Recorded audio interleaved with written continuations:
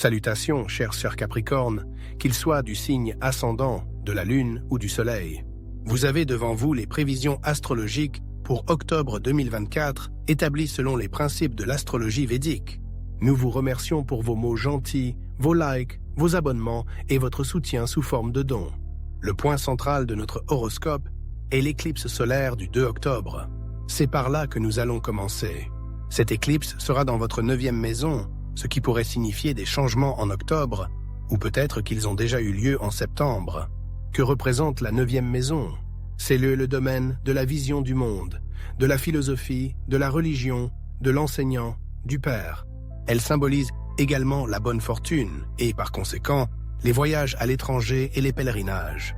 Il peut donc y avoir des changements importants dans ces domaines de votre vie, peut-être liés à une nouvelle compréhension du monde, à des connaissances acquises ou à des événements qui se sont déjà produits ou qui sont sur le point de se produire en septembre. L'éclipse peut avoir un impact pendant plusieurs mois avant et après le jour même de l'éclipse. Il est probable que des événements liés à la 9e maison se soient déjà produits en septembre ou se produiront en octobre, près du jour de l'éclipse. Il est possible que votre vision du monde se transforme sous l'influence de nouvelles connaissances. Il est probable que vous rencontriez votre professeur. Comme vous le savez, l'éclipse concerne Ketu, la planète du passé. Peut-être retournerez-vous voir l'enseignant qui vous a transmis ces connaissances. Ou bien, étant donné la nature karmique de Ketu, il peut s'agir d'une rencontre avec un enseignant karmique envoyé par le destin. C'est ainsi que Ketu se manifeste. En se trouvant dans une maison particulière, il révèle le karma de cette maison. Il se peut que vous rencontriez non pas un, mais plusieurs enseignants dans un avenir proche. Vous commencerez à apprendre quelque chose de nouveau, à adopter la philosophie de vie de quelqu'un d'autre. Il peut s'agir d'un coach, d'un mentor, d'un accompagnateur ou même simplement d'un entraîneur qui enseigne la danse, par exemple. Ce faisant, vous élargissez également votre vision du monde. Alors, apprenez. Les enseignants peuvent être dans des domaines très différents. L'important est que leur rencontre modifie votre philosophie, votre vision du monde et même vos convictions religieuses. Vous pouvez approfondir l'étude de votre religion ou vous intéresser à une autre religion différente de la vôtre. Les voyages à l'étranger et les pèlerinages ne sont pas exclus. Ketu est une planète spirituelle et la 9e maison est responsable des pèlerinages. De tels voyages élargissent également vos horizons. Votre père connaîtra également des changements importants dans votre relation. En plus de rencontrer de nouveaux professeurs, il est également possible de rompre avec les précédents et de cesser d'enseigner. Par exemple, vous pouvez décider de choisir un nouveau professeur. Ce n'est pas impossible non plus. Le soleil sera présent jusqu'au 17 octobre et vous portera chance. Vous avez de la chance en matière de santé, de statut et de personnalité. Mercure, qui se trouve dans la maison de la chance, sera au plus fort jusqu'au 10 octobre. Vous aurez de la chance dans l'apprentissage. Cette période est très favorable à l'acquisition de nouvelles connaissances, en particulier dans le domaine de l'astrologie védique, dont la 9e maison est d'ailleurs responsable. L'éclipse du 2 octobre peut être un excellent point de départ pour l'apprentissage de cette science. Mercure, qui est responsable de l'apprentissage et de l'intelligence, vous aidera à absorber plus facilement les nouvelles informations et à commencer à étudier. Mercure est également responsable des affaires, des voyages, des rencontres, de l'Internet, de l'écriture, des contrats et des arrangements. Tous ces domaines progresseront avec succès. S'il y a de la paperasserie inachevée, comme un examen qui n'a pas été passé, c'est le moment de la terminer. Profitez de cette période favorable. Disons que votre père peut aussi avoir des voyages, des réunions d'affaires, de nouvelles connaissances, des accords et des arrangements. Peut-être que vous et lui aurez une affaire commune liée au voyage ou aux études. D'ailleurs, au cours de cette période, votre père peut devenir célèbre grâce au soleil, acquérir un certain statut, de l'autorité, prendre une position de leader. Passons à la suivante. La 10e maison est également brillante tout au long du mois d'octobre. Vénus, en position de force ici jusqu'au 13 octobre, la maîtresse du signe entre dans la maison qu'elle gouverne et la rend prospère. Il est possible que vous receviez des cadeaux, des primes, des revenus supplémentaires liés à votre travail, précisément grâce à vos activités professionnelles. Vénus est la planète responsable des finances, des cadeaux, des avantages, entre autres choses. Donc oui, il peut y avoir des primes liées au travail, des vacances d'entreprise. Une autre 10e maison est responsable de la société, de votre statut social. Il se peut que vous fassiez la démonstration de vos talents créatifs, de votre attrait pour la société. Vénus est responsable de tout cela. Par exemple, dans les réseaux sociaux où votre statut lié à Vénus peut changer. Cela s'applique aux relations amoureuses, à l'amour et à la beauté. Il peut y avoir un certain statut associé à cela. Passons à autre chose. Si vous changez de travail ou s'il y a un changement dans ce domaine, cela peut aussi être lié à la beauté, à la créativité, à la mode. Par exemple, vous obtenez un emploi dans une profession créative, où votre emploi ne change pas, mais vous obtenez un projet créatif, où vous commencez à travailler dans un endroit magnifique. Ensuite, Mercure s'installe ici le 10 octobre et y restera jusqu'au 29 octobre. Des voyages d'affaires, des contrats et des accords, la signature de documents importants liés au travail sont possibles. Votre statut social change et vous signez des documents, obtenez des papiers en rapport avec cela.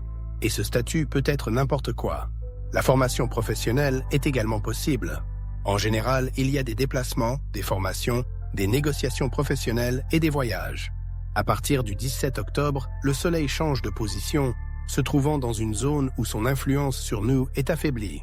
Pendant cette période, il est important de prêter une attention particulière à votre santé, de maintenir votre immunité, car vous pouvez ressentir un manque de force physique et un désir de transférer la responsabilité à d'autres.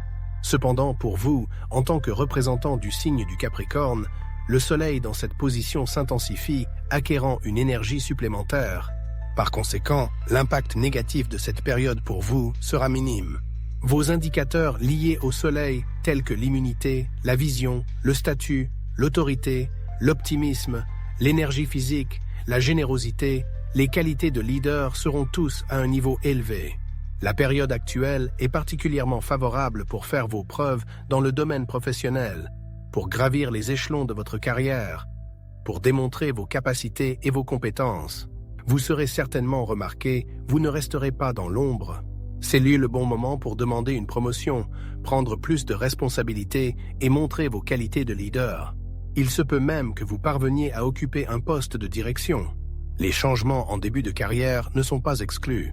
S'il ne s'agit pas de travail, des opportunités similaires s'offrent à vous dans la société.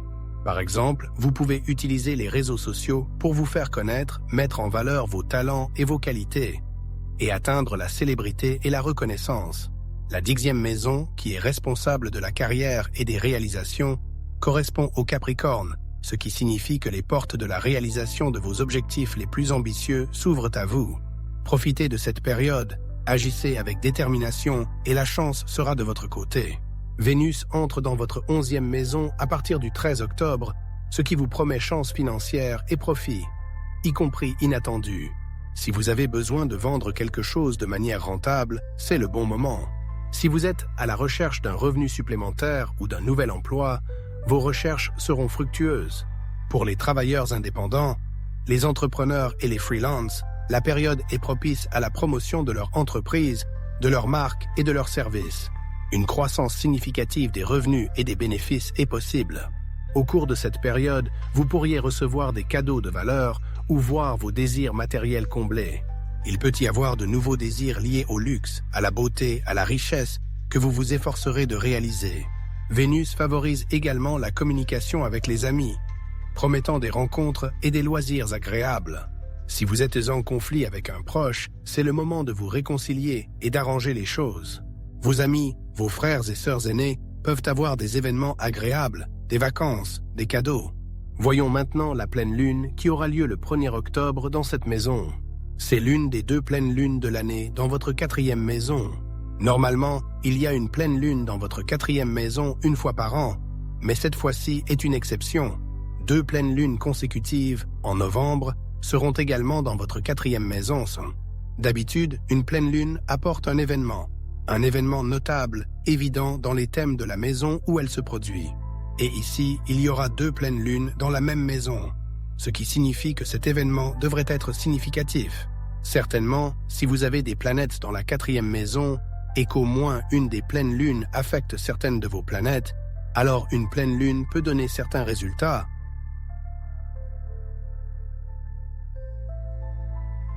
La seconde, d'autres. En d'autres termes, tout est individuel. Mais si nous considérons l'horoscope général et que nous prenons la 4e maison vide comme base, alors examinons exactement ce tableau. Que peuvent apporter 2 pleines lunes? Très probablement, les résultats seront plus proches de novembre. De la 2e pleine lune, ce sera quelque part au milieu de novembre, et la première pleine lune est comme une préparation pour les changements à venir. Et cette préparation peut s'accompagner de changements visibles, c'est-à-dire que certains processus seront visibles au niveau matériel. Mais peut-être pas, peut-être simplement en préparant le terrain pour les changements à venir qui seront apportés par la 2e pleine lune. La 4e maison est donc la maison de l'immobilier. C'est la maison des véhicules, le lieu de résidence, de la mer et du bonheur intérieur. Il y a de la clarté, des résultats, des décisions, des résolutions, oui, et de la fermeture dans ces domaines également. Quelque chose sera finalement achevé dans les affaires de maman. Elle a commencé un projet et elle l'achèvera, par exemple, pour obtenir des résultats. Des résultats où, en passant, vous pouvez obtenir des informations sur votre mère pour mieux la connaître. La chose la plus importante ici est la maison du bonheur intérieur. C'est ce qu'il y a dans votre âme, ce que votre âme vous crie, et il se peut que vous ne l'entendiez pas pendant longtemps. Il s'est avéré que 2 pleines lunes se trouvent dans ta 4e maison, ce qui est très important pour chaque personne qui doit d'abord entendre la voix de son âme, ce que vous voulez vraiment et comment aller dans la direction de l'appel de cette voix. Et alors une personne devient maximalement heureuse. C'est-à-dire que pour vous, une pleine lune peut clarifier la véritable image de votre bonheur intérieur, et ici, il y a 2 pleines lunes. C'est-à-dire, vraiment, cela peut arriver pour que l'âme et le cœur vous atteignent enfin, votre esprit, et que vous vous entendiez vraiment. Et voici un conseil astrologique. Il est très bon d'être plus souvent en silence à cette époque, qui se trouve être à la fois octobre et novembre, d'accorder plus de temps à la méditation, au silence, aux promenades quelque part dans la nature, par exemple, loin des bruits de la ville, juste seul avec vos pensées, avec la nature ou d'écouter de la musique méditative. En d'autres termes, moins de bruits extérieurs, de réseaux sociaux, de choses de ce genre, et plus de vous-même. Un sommeil sain est également là pour vous aider à ralentir un peu et à mieux vous entendre. Ainsi, et finalement, vous pouvez comprendre ce qu'est le vrai bonheur pour vous, qui n'appartient qu'à vous, qui n'est pas imposé de l'extérieur, et quels sont, au contraire, ces moments qui vous pèsent. Et vous, par exemple, vous les vivez. C'est comme ça, en général. Profitez-en, cela arrive très rarement. 2 pleines lunes comme ça. Je crois que la pleine lune astrologique clarifie l'image dans la 4e maison.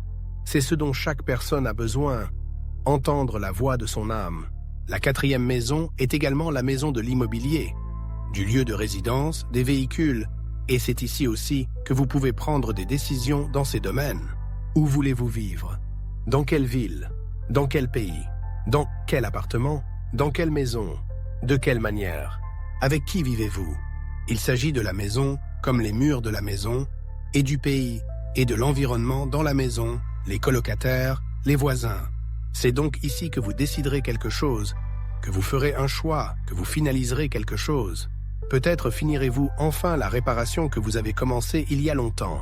Et enfin terminer la réparation, l'ameublement, l'aménagement de la maison, ou enfin décider d'un véhicule, enfin acheter quelque chose comme ça, enfin quelque chose comme ça est possible. Alors, passons à autre chose. Le transit de Mars est un aspect important et durable. Jusqu'au 20 octobre, la planète rouge visite votre 6e maison, mais son influence se fera sentir tout au long du mois d'octobre et s'étendra sur les prochains mois. Il serait erroné d'analyser ce transit uniquement dans le cadre du mois d'octobre. Vous trouverez des informations plus détaillées dans la vidéo complémentaire sur Mars, dont le lien figure en bas de page. Je ne me répéterai pas, mais je me contenterai d'indiquer brièvement comment vous pouvez utiliser ce transit en octobre. Il est également très puissant pour vous, cher Capricorne. La 6e maison vous encourage à prendre soin de votre santé, à vaincre vos démons intérieurs. Cela signifie que vous pouvez avoir certains traits de caractère, des habitudes qui entravent le bonheur et le bien-être. C'est avec eux que vous devez lutter. Par exemple, il peut s'agir de tendances néfastes, de complaisance pour vos faiblesses, de certains attachements qui vous empêchent d'être une personne saine. Et c'est là que Mars vient vous aider dans ce combat. Il est également favorable au traitement des maladies chroniques. Et ce, tant sur le plan mental, c'est-à-dire en travaillant sur les pensées, que sur le plan physique. Mars, dans cette maison, occupe une position particulière, luttant contre les maux, les ennemis et les dettes. Si vous avez un litige et que vous êtes du côté de la vérité, Mars vous aidera à l'emporter. C'est aussi la maison des obligations financières, prêts, crédits, hypothèques, qui sont plus faciles à conclure pendant cette période. Il serait donc judicieux de répartir vos dépenses de manière à vous débarrasser de vos dettes le plus tôt possible, pendant que Mars vous soutient. Il peut également y avoir des changements dans votre travail, dans votre activité, dans votre désir d'aider les autres. Il se peut que vous fassiez du bénévolat ou que vous souteniez quelqu'un en ce moment. Dans l'ensemble, il s'agit d'une position très forte. Je vous recommande de lire davantage sur ce que ce transit peut vous apporter au cours des prochains mois. Il est probable que les résultats visibles n'apparaîtront pas avant octobre, mais astrologiquement, vous pouvez déjà utiliser cet aspect, car il s'agit d'une position forte. Mars reste rarement dans la 6e maison pendant une période aussi longue, où il agit en tant qu'allié. Plus tard, le 20 octobre, il se déplace dans votre 7e maison et cela durera également quelques mois. Il s'agit d'une longue période et il n'est pas tout à fait correct de la considérer uniquement dans le cadre du mois d'octobre. Vous ne remarquerez peut-être pas de changements spectaculaires avant la fin du mois d'octobre, mais l'énergie de Mars entrant dans votre 7e maison peut entraîner des discordes dans vos relations avec les gens, en particulier les conjoints et les partenaires commerciaux. Cela pourrait être lié à l'émigration, mais encore une fois, cela ne signifie pas que vous voyagerez dès le mois d'octobre. Le plus souvent, avec un transit aussi long, on obtient des résultats au moment où il s'achève, et il durera jusqu'au début de l'été de la 25e année. C'est là seulement qu'une sorte de préparation peut commencer, par exemple pour la même émigration, où vous aurez le désir de partir à l'étranger. Mars est le feu, il donne l'impulsion à l'action, le désir de se marier, de fonder une famille, parce que c'est la 7e maison, et si vous êtes libre, cette énergie est activée très fortement. Or, les conflits de couple sont aussi possibles si vous êtes marié. Cette position doit être harmonisée. C'est d'abord une prise de conscience. Il est important de se souvenir de ce transit et de ne pas apporter de situations litigieuses lors d'une rupture, par exemple. En revanche, si vous envisagez de divorcer et de rompre, Mars peut vraiment vous aider à y mettre un terme. Quoi d'autre? Eh bien, les affaires, l'activation est possible ici aussi. Mais là encore, c'est une longue histoire. Nous vous invitons à la découvrir dans les vidéos complémentaires. Si vous êtes marié, cette activité peut se manifester dans les affaires de votre conjoint. Par exemple, il commencera à s'engager activement dans le sport, et ce sera une très bonne harmonisation de cette position pour vous aussi. Vous devez aussi harmoniser ce transit.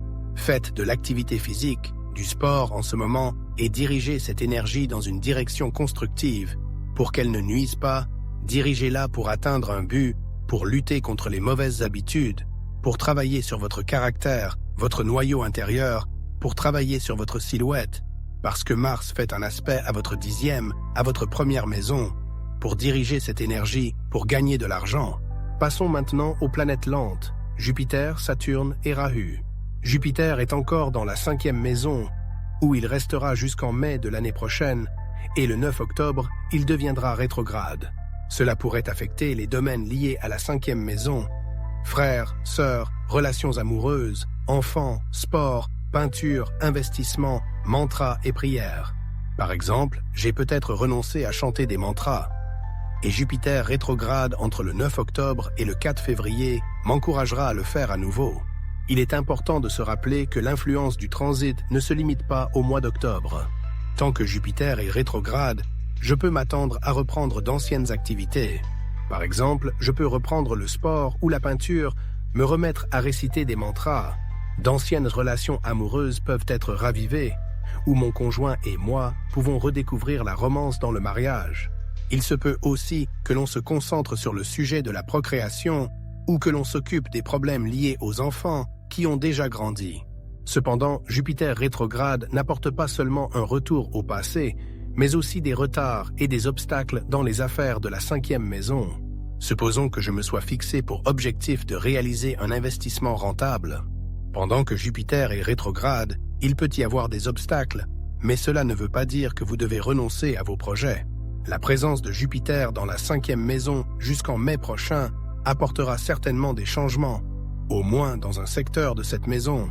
Et pendant son mouvement rétrograde, il faut être patient, car la transformation peut être un peu plus lente.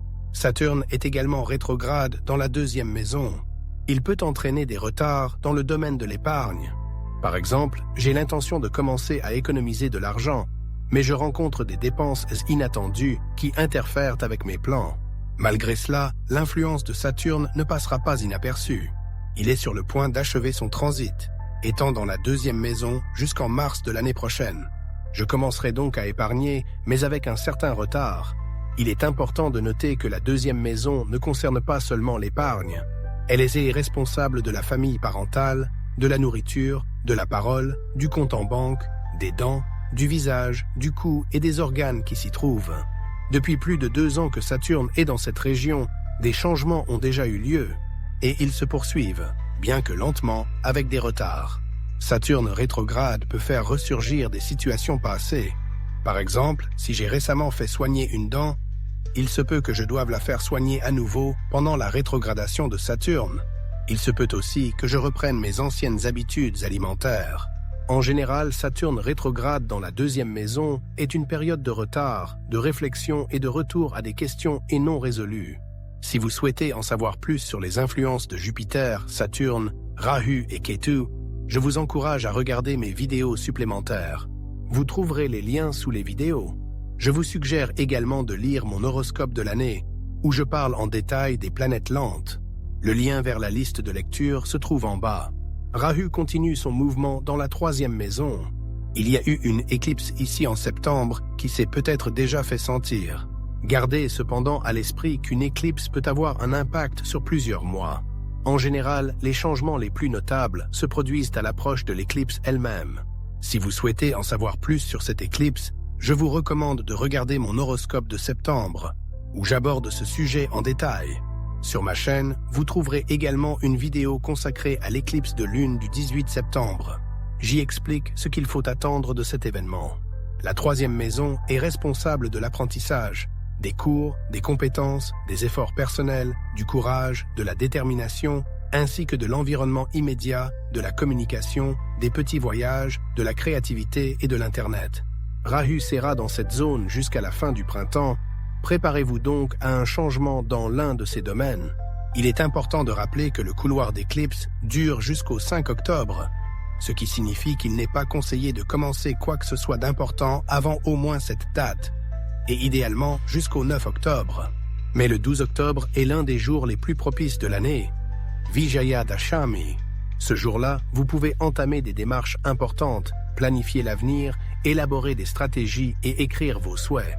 C'est tout pour l'instant, cher Capricorne. Merci de votre attention. Je vous souhaite un mois d'octobre fructueux et prospère. À bientôt dans la nouvelle vidéo.